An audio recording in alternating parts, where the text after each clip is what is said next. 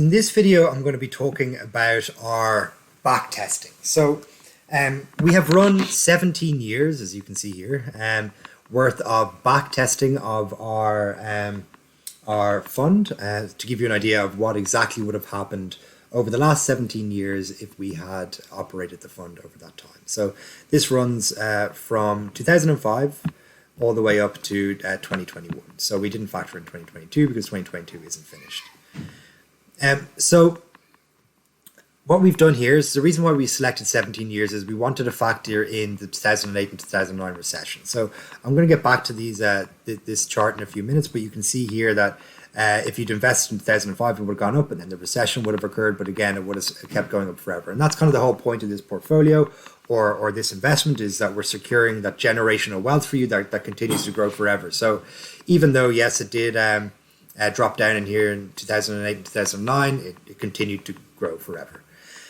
So these are the different index funds that we're invested in. So the way we've invested in each of them, we've taken the economy percentage of 2022. Obviously, it's going to change as new GDP numbers come out. So you can see the economy percentage here is 24%, 15%, 6%, 5%, so on and so forth for all these different indexes.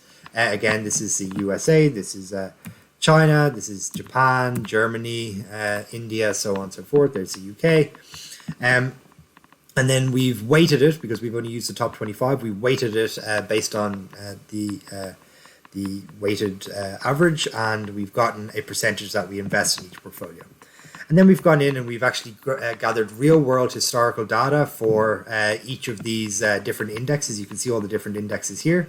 And we've plotted exactly how much it would have risen or fallen in each time period. So, and you can see it's going up here, and then there's 2008, and actually went up in 2009, and there's just keeps going up. And we've done that for the top 25. The top 25 indexes that we can legally invest in that aren't in sanctioned countries, for example. And this is a result. So when we actually weight the returns, you can see that these are the weighted returns that would have occurred. These are the weighted returns that would have occurred. And then we've plotted these out all over here. And you see the total of the portfolio that year would have been, back in 2005, would have been 18%, 5, 6, 7, 8. There's 2008, it was 44%, and then 9 it actually went up. And so we're getting a consistent return year on year, and I'll show you exactly how we get them. And again, this is if you're not withdrawing any of your profits. We've also done our weighted return with fees. So this is what it actually looks like with fees. And again, you can access this document yourself. And we've also done a weighted return with withdrawal of profits. So you'd actually see what would have happened here if you had been withdrawing your profits. Obviously, we do recommend, as I always say, that you only withdraw your profits as necessary, because this is obviously a generational wealth vehicle. So we're not trying to create a bond here or something along those lines. So if you need to withdraw your profits, then you should withdraw your profits. Again, this is what this tells us.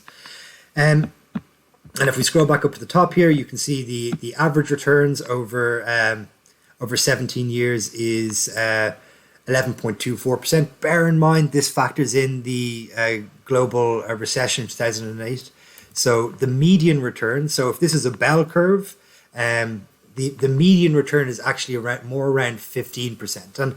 And that's what this is showing here as well. So the average return, and then this is what boom and bust cycles is about 12% over 10 years, nearly 12% again over 5 years, and again it's the same. It's around 14% median returns.